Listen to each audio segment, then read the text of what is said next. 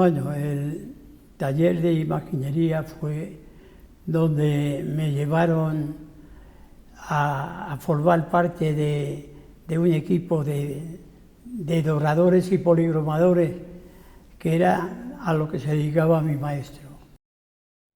Me llevó mi padre equivocándome, creyendo que allí se esculpían figuras, pero allí se llevaban las esculturas talladas en madera ya listas para dedicarlas a la policromía.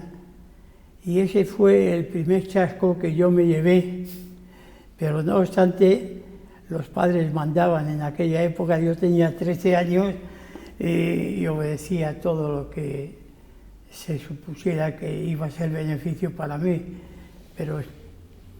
pero yo lo acepté a disgusto. Entonces yo frecuentaba la Escuela de Artes y Oficios, porque salí del colegio a los 13 años y naturalmente yo quería continuar estudiando de alguna manera, y dediqué a la enseñanza de la gramática, en fin, a la cultura. Era lo que a mí me faltaba, porque en aquella época pues era una época mala para la enseñanza. Habíamos pasado una guerra y esa posguerra pues acabó con parte de los anhelos que podía tener la juventud.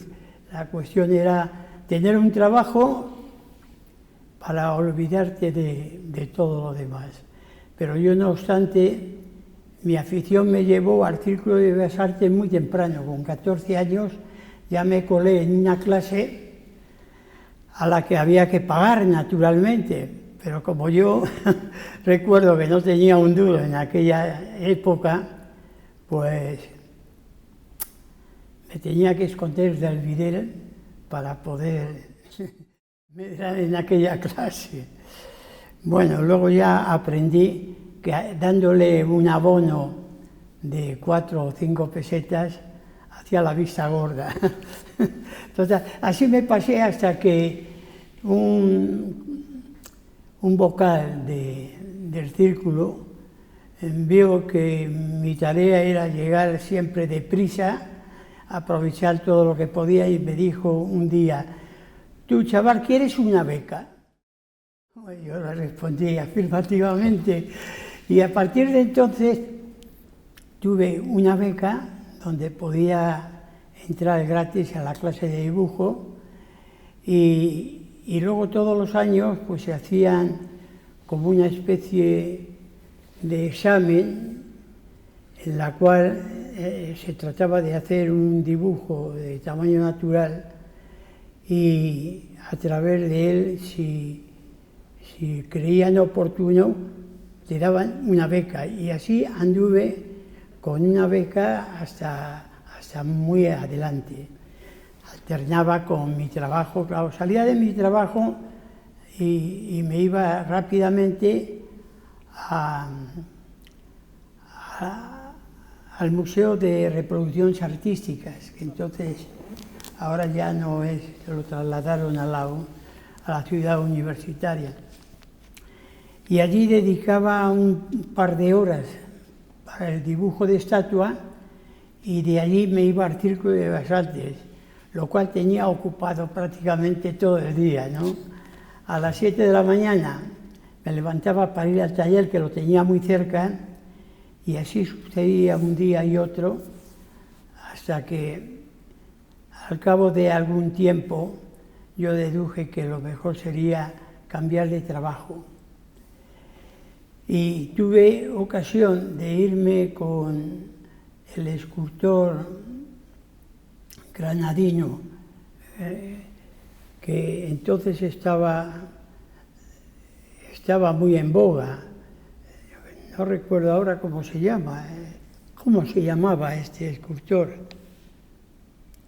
Bueno, pero para el caso es que allí no hacía nada más que encender la estufa todos los días, cuidarle los barros que no se secaran, y de vez en cuando ir al porté o por lo que me mandara, lo cual deduje que tampoco aquello me era muy interesante, porque si no aprendía a manejar a través del trabajo las herramientas, pues aquello no me sustentaba.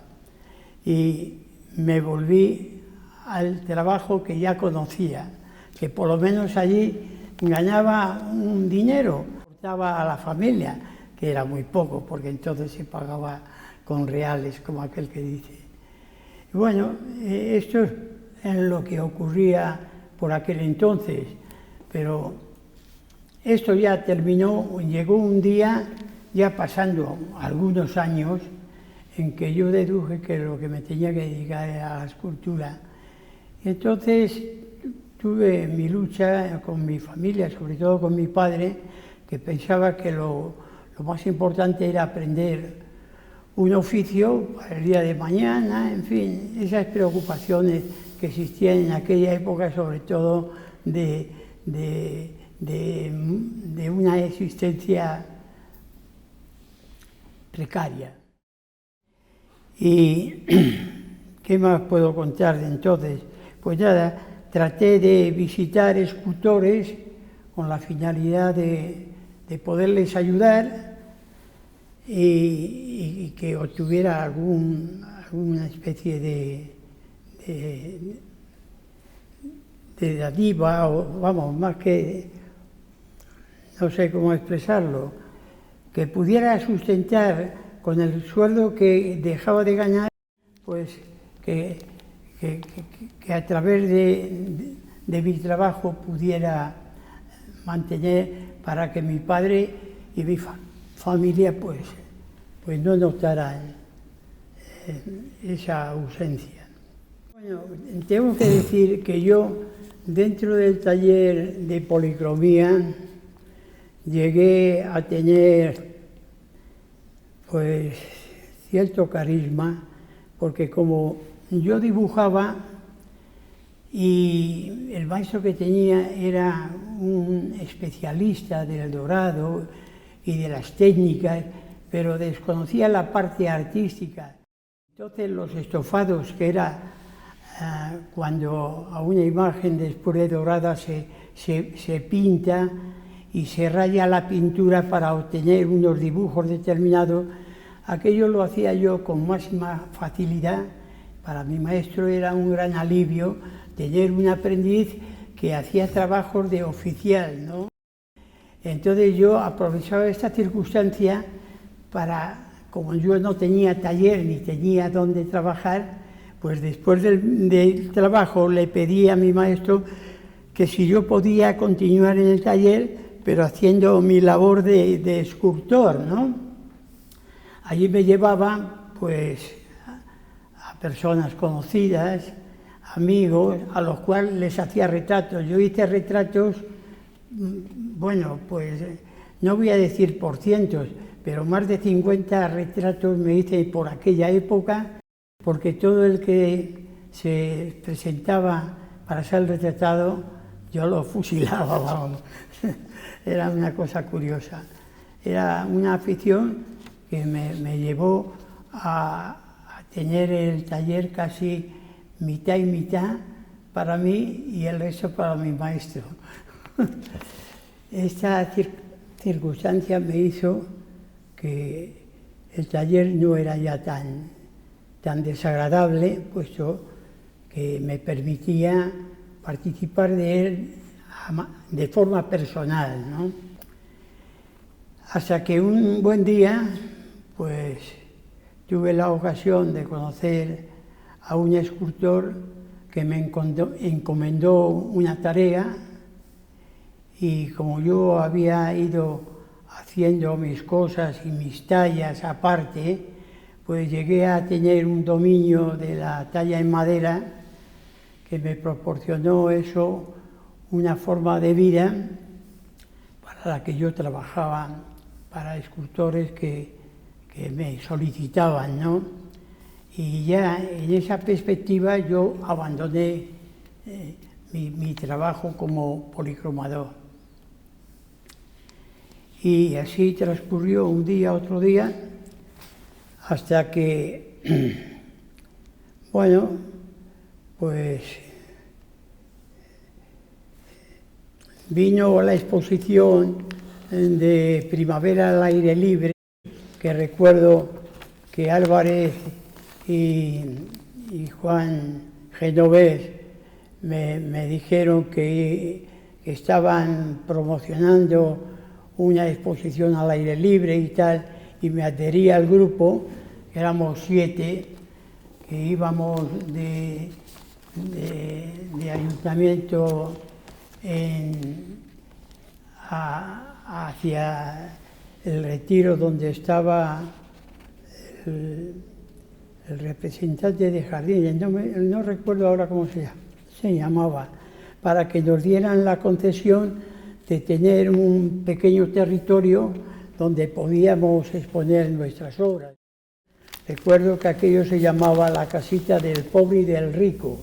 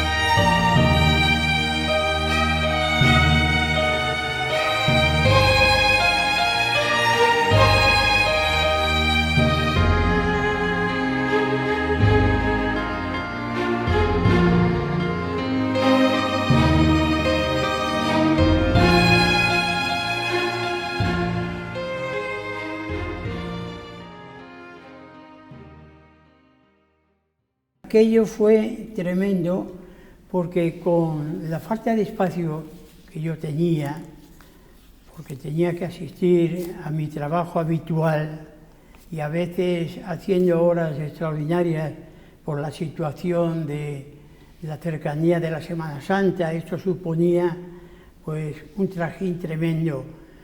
Pues yo pedí permiso a un escultor al que mi maestro le trabajaba, que era Collau Boalera.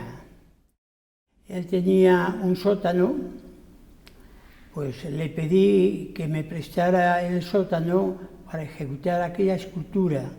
Yo había hecho un boceto de la misma y recuerdo que era el mes de febrero, hacía un frío impresionante y conocí a un muchacho mayor que yo, pero que era muy atlético y yo lo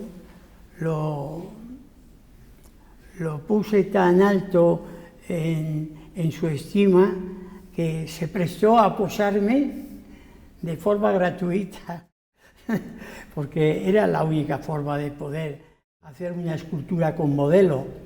Entonces recuerdo que con el frío que hacía había una estufa donde yo le metía papeles, cartones, todo lo que podía con la finalidad de que el modelo, que estaba prácticamente desnudo, aunque yo le llevé una manta para que solamente me mostrara la parte que a mí me interesaba para el modelaje, ¿no?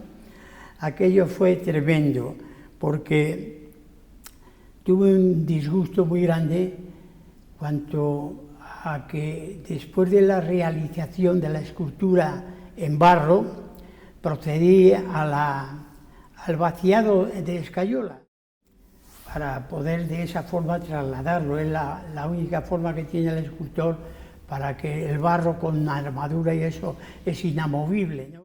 Entonces hay que pasarlo a la escayola para luego a la materia definitiva.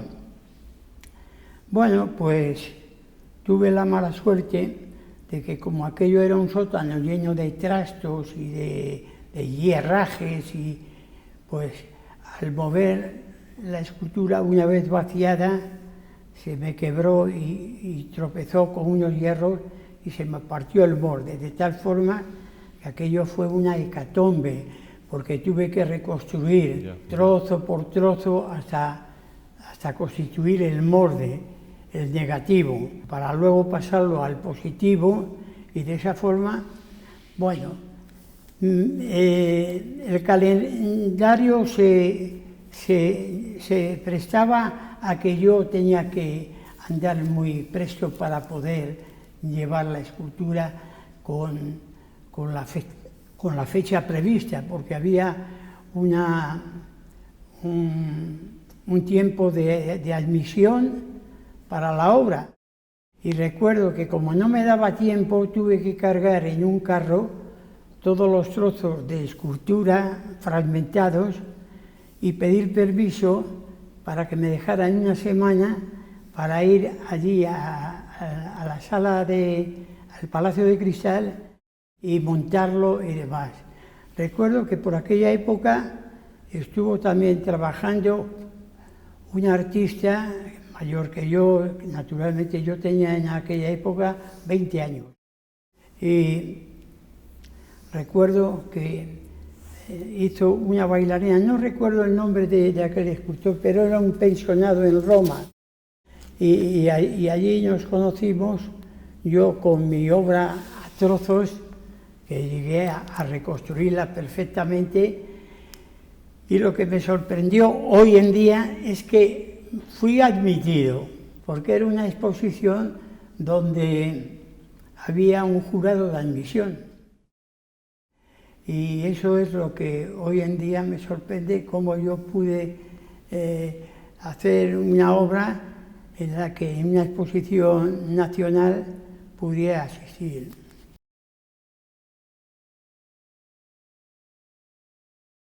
Él me pidió que reprodujera varias veces el hierro en escayola con la finalidad que le sirviera para estudiar las armaduras y cómo iba a proceder a hacer el vaciado en hormigón, ¿no? Yo en aquel entonces estaba listo para ofrecerme a hacer el trabajo que me encargaran.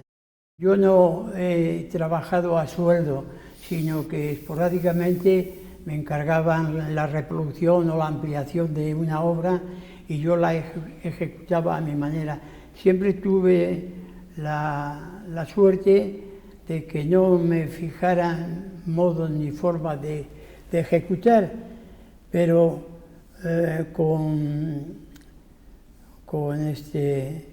Pablo Serrano, cuando yo conocí a Pablo Serrano, es cuando quiso que yo le hiciera las esculturas que están en la Plaza del Pilar de Zaragoza, que son dos esculturas de 4,5 metros o por ahí, son esculturas gigantes.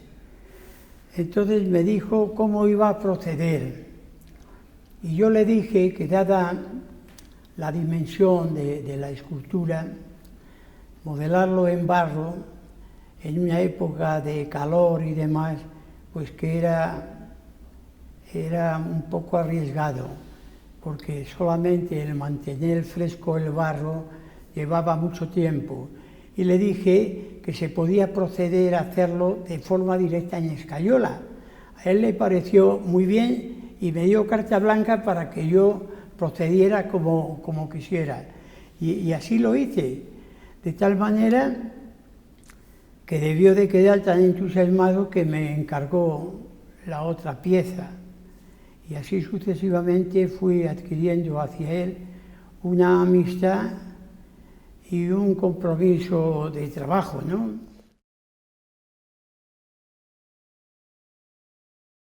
Pues sí, realmente fue con el que incluso trabajé prácticamente toda su obra que se produjo en aquel entonces de gran tamaño, se la ejecuté yo. Y tengo curioso recordar una anécdota en la que yo estando haciendo la escultura del escritor canario Pérez Galdós, estando yo allí, él andaba pues con unas maquetas y unos planos, dándole vueltas. Yo le observaba muchas veces, pero un día me dice, Juan, baje usted. Estaba yo en un andamio, y venga, y dígame, ¿cómo resolvería usted esto? Me hizo mucha gracia que me tratara con tanta cordialidad, siendo yo entonces un ayudante suyo, ¿no? Pues como yo había estado observando todo el panorama, yo ya me fijé un poco en cómo aquello se podía resolver y se lo hice saber y me dijo, hombre, vamos a hacer una prueba de forma inmediata, que viene esta tarde el arquitecto y quiero que la vea. Y así sucedió. Hice aquel fragmento a tamaño natural y cuando vino el arquitecto y yo seguía trabajando en lo mío, le dijo, Pablo, viendo la maqueta, me alegro una barbaridad, ¿cómo has resuelto esto? Y dijo, con gran satisfacción para mí, y eso demostró que era un hombre honrado, gracias a mi amigo y colega Juan Cruz. Esto se me quedó siempre grabado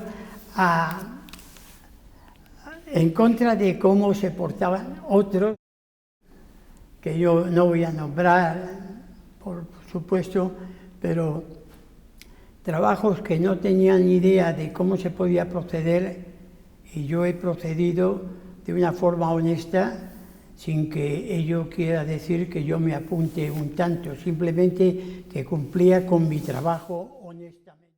No, la fundición es aparte, la fundición es la que se dedica a, una vez obtenido el modelo, a reproducirlo. Vamos a ver.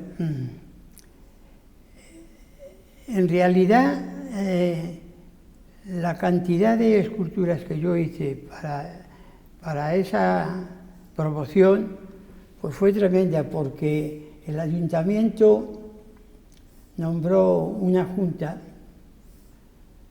para supervisar los trabajos que se iban a reproducir. Es curioso porque había escultores a los que se quería figurar en este museo que no tenían obra de un tamaño adecuado para una escultura al aire libre.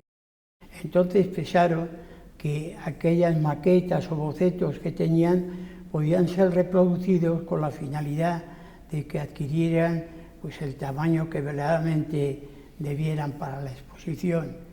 Y es cuando, a través de la primera escultura que yo hice de Pablo Serrano, pues me vino una comisión que la secundaba Sempere. Sempere era uno de los que participaba para aprobar o no si aquello estaba en condiciones para ser expuesto. Entonces me vino los toros de Alberto, que era una maqueta así de este tamaño, en esa técnica que él empleaba de pastas, trapos y limaduras. Era muy curioso, ¿no? Era un escultor muy original, en el sentido de que empleaba unos medios verdaderamente no adecuados para la escultura tradicional. Y aquello me causó una gran impresión. Entonces hice los toros ibéricos al tamaño que están expuestos hoy en día, que la fundición la hizo Codina, por supuesto. Entonces, ¿qué puedo decir más? Pues lo que más me costó fue la forja de la pieza de González, porque aquello era una forja, y una forja, traducirla a la fundición es hartamente delicado, porque yo pensé reproducirla a la escala que querían, pero luego trabajarla en el bronce para golpearla, para darle, pero prefirieron que fuera la escultura realizada por mí en escayola y luego pasada a bronce directamente, cosa que me pareció bien porque lo otro sería una falsificación. En fin, es que una escultura si es forjada tiene que seguir siendo forjada, pero la necesidad era de que González estuviera allí, como el gran escultor de la época. Pérez luego me encargó una escultura que había comprado en El Rastro, curiosamente, de Ángel Ferrán, nada menos. Y aquella talla en madera, que era de este tamaño, me la hizo hacer a 10 veces. Y surgió, no, 10 veces, no sé, una escultura que tenía unos 70 centímetros por 40 y tantos de alto. Y esa escultura fue a parar a su museo, precisamente, curiosamente, pues para dignificar la figura de Ángel Ferrán, que yo he sido pues un fan, para mí ha sido el escultor por antonomasia, ¿no? El que a través de sus enseñanzas visuales, porque yo solamente le conocí en una ocasión en una fundición donde yo estaba repasando unas piezas mías y él estaba también repasando otras para el Banco de Coca, recuerdo yo. Y fue muy afable porque me contó un poco cómo él había descubierto la escultura moderna, observando los vaciados, los negativos, que es una imagen inversa, pero que sugestiva, ¿no? Que luego se han aprovechado de eso otros artistas como Subirat y demás, ¿no? Y siempre me llamó la atención, siempre que he hecho un vaciado, siempre me acordaba de Ferrán. Bueno, Ángel Ferrán tenía la curiosidad de que a la Escuela de Artes y Oficios del Marqués de Cubas, que él tenía y dirigía, curiosamente el alumnado eran arquitectos, músicos, era gente mayor, no eran muchachos, lo cual aquello era muy curioso, porque solamente entrar a la sala de la clase había unos dibujos hechos por Ferrán de palillos de modelar, es decir, cómo había que hacerse una herramienta. Era un hombre curiosísimo. Luego yo participé en algún concurso de fin de curso que se celebraba en Marqués de Cubas, donde obtuve una pequeña beca consistente en un viaje a Palma de Mallorca. Quiero decir que aquella clase me hipnotizaba, pero a mí me venía muy lejos para desplazarme. Y yo pues iba a don Ramón de la Cruz. Pues sí, porque Chillida o Teísta son verdaderamente escultores de una talla universal que siempre han sido un poco un mentor para los artistas más jóvenes, ¿no? Y aunque Ferrán yo creo que es el padre, es un hombre, a mí me cautiva incluso sus escritos.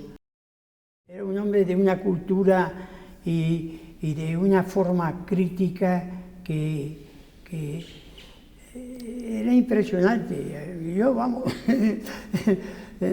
me hubiera gustado tenerlo como de la familia. Era un hombre muy sencillo, porque cuando le hacen una entrevista en radio, no me acuerdo en qué época, pero yo lo escuché y decía más o menos que él qué tenía que decir. Era tan sencillo que, claro, obviamente lo decía su obra.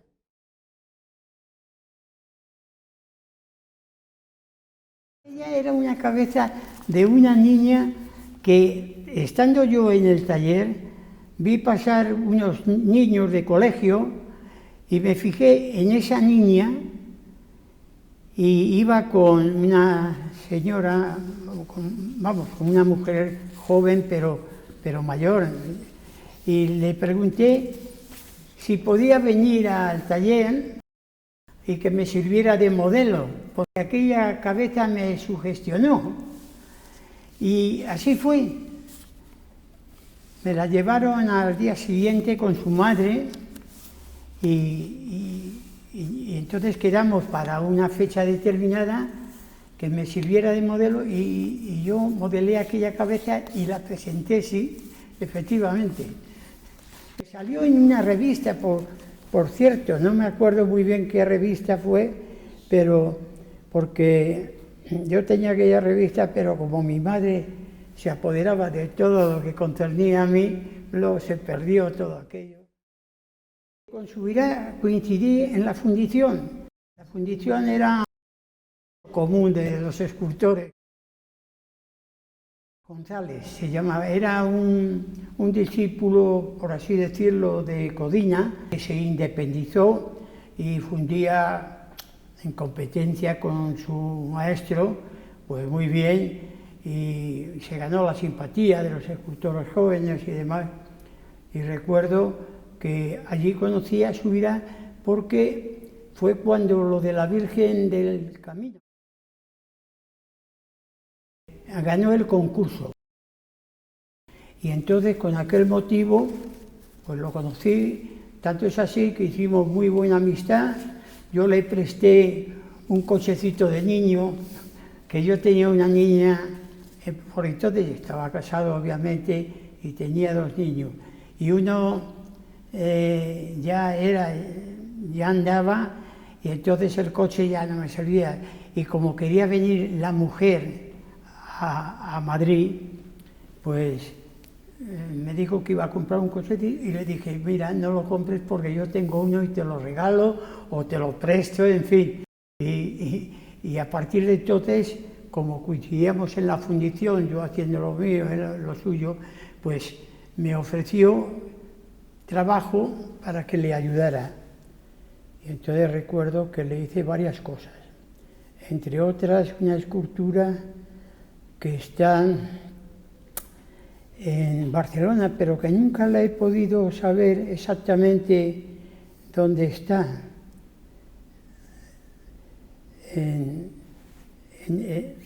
¿Cómo se llama? Oh, es tremendo.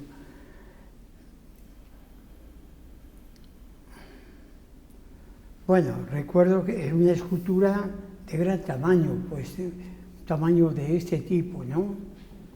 Que se fundió en bronce y se trasladó a Barcelona. Y está cerca del mar, pero ahora mismo no recuerdo. Y luego en la Virgen del Camino, pues le contraté los vaciados de todas las figuras, porque había que hacer unos vaciados tan sutiles, dada la calidad que él ponía en la arcilla, porque la técnica que empleaba Subirá era una técnica de astilla, como yo le decía, porque imprimía la astilla en el barro y producía unas calidades especiales. Y bueno, pues sí, trabajé con él. Hombre, a mí Ferran me ha llevado a poder conocer también a Henry Moore, pero yo veo en Ferran que va mucho más lejos.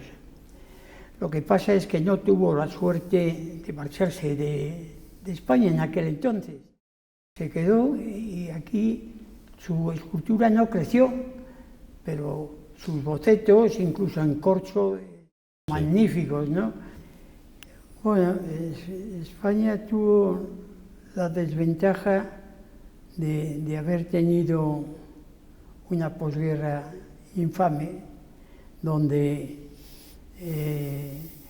los grandes artistas de la época o se marcharon o quedaron muy apartados, ¿no? Y el único recurso era la talla en madera, la imaginería.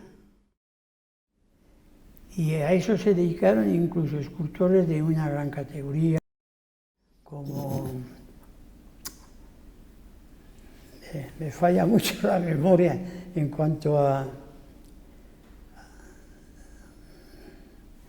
bueno, un escultor muy importante de la época, que hizo grandes cosas para el Museo de Vizcaya y tal, unos murales en granito, o no recuerdo cómo se llama. Pero curiosamente Ferran hizo una obra religiosa que me parece que lo encargó la sección femenina o algo así, pero se trataba de una escultura tan original que coincidían las fechas de santos con iconografías que es que yo no llegué a ver nunca esta obra, pero la recuerdo haber leído que era una obra verdaderamente fuera del lugar, fuera de la tradición. Bueno, mi estancia en Puerto Rico fue casual porque en la fundición donde yo también actuaba para repasar mi obra cuando ya yo tenía posibilidad de fundir algunas piezas, pues un escultor puertorriqueño pues me propuso ir a Puerto Rico a vaciar una escultura de gran tamaño, porque allí no tenían especialistas en esta materia. Me la propuso con un presupuesto dado y a mí me interesó, no tanto ya por el dinero, que sí era importante, sino por ese salto a Puerto Rico.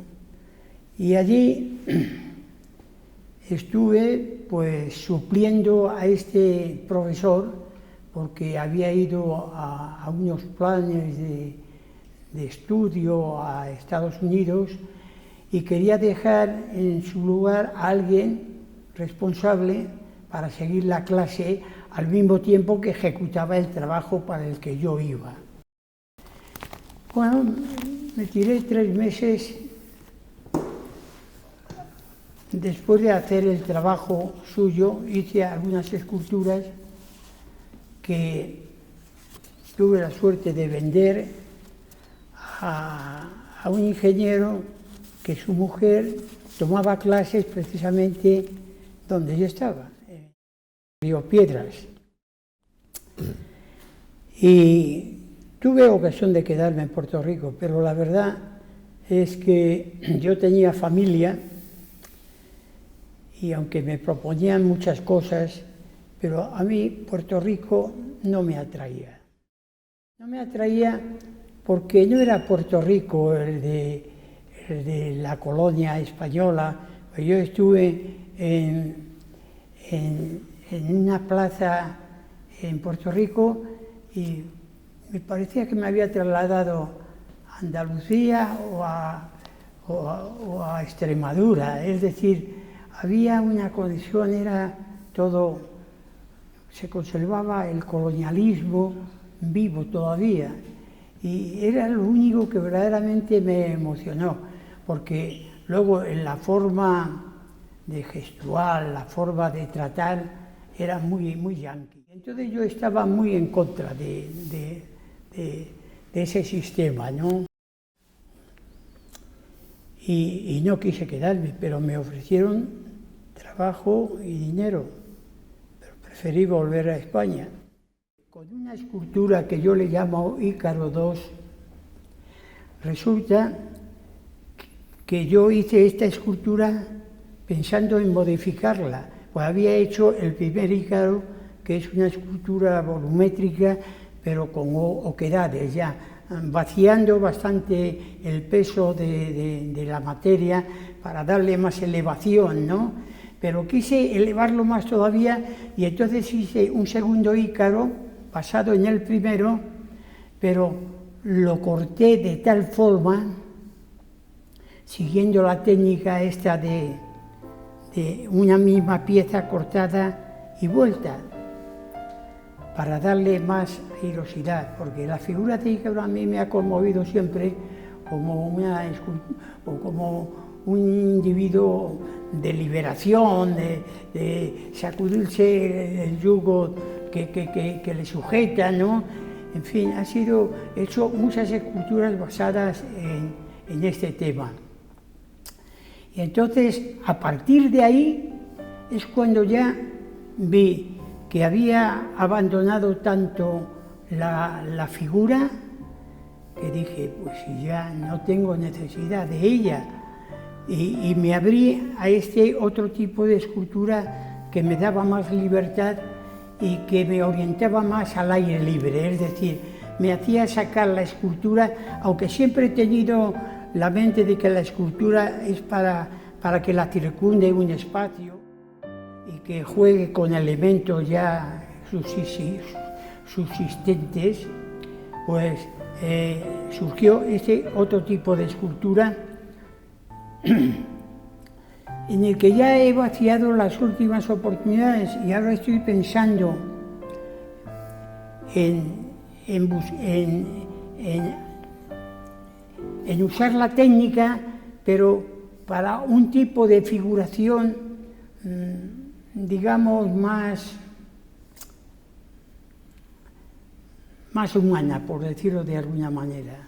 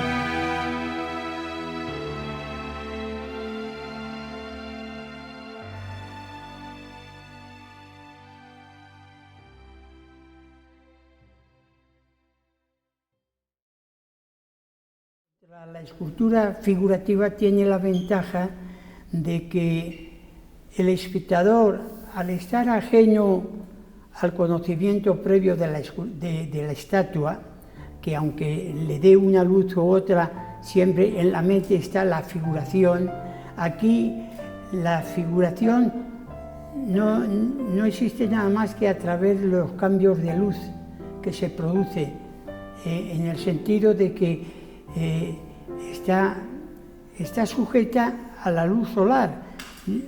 Cuando una escultura está al aire libre, el sol circunda la escultura de tal forma que va produciendo en ella cambios. Y en este tipo de escultura los cambios son tremendamente grandes, porque en el fondo una irradiación de luz puede proyectar unas sombras que a las 12 del mediodía o a las 7 de la tarde la escultura parece diferente, porque el espectador no tiene en la mente la figura. Cuando vemos una escultura de un hombre o de una mujer, aunque le demos la vuelta, siempre tenemos presente la figura humana, pero en este caso la configuración se produce de forma muy extraña y entonces crea unas sensaciones distintas. No sé, incluso he pensado que a través de los espacios donde entra y sale el aire podía producir música. He pensado en tensores donde de alguna forma pudiera producir vibraciones. Pero son sueños todavía. Es que mi idea siempre ha sido de innovación, porque cuando he visto que algo se ha agotado, lo abandono para coger otra cosa. Ha sido más bien un juego.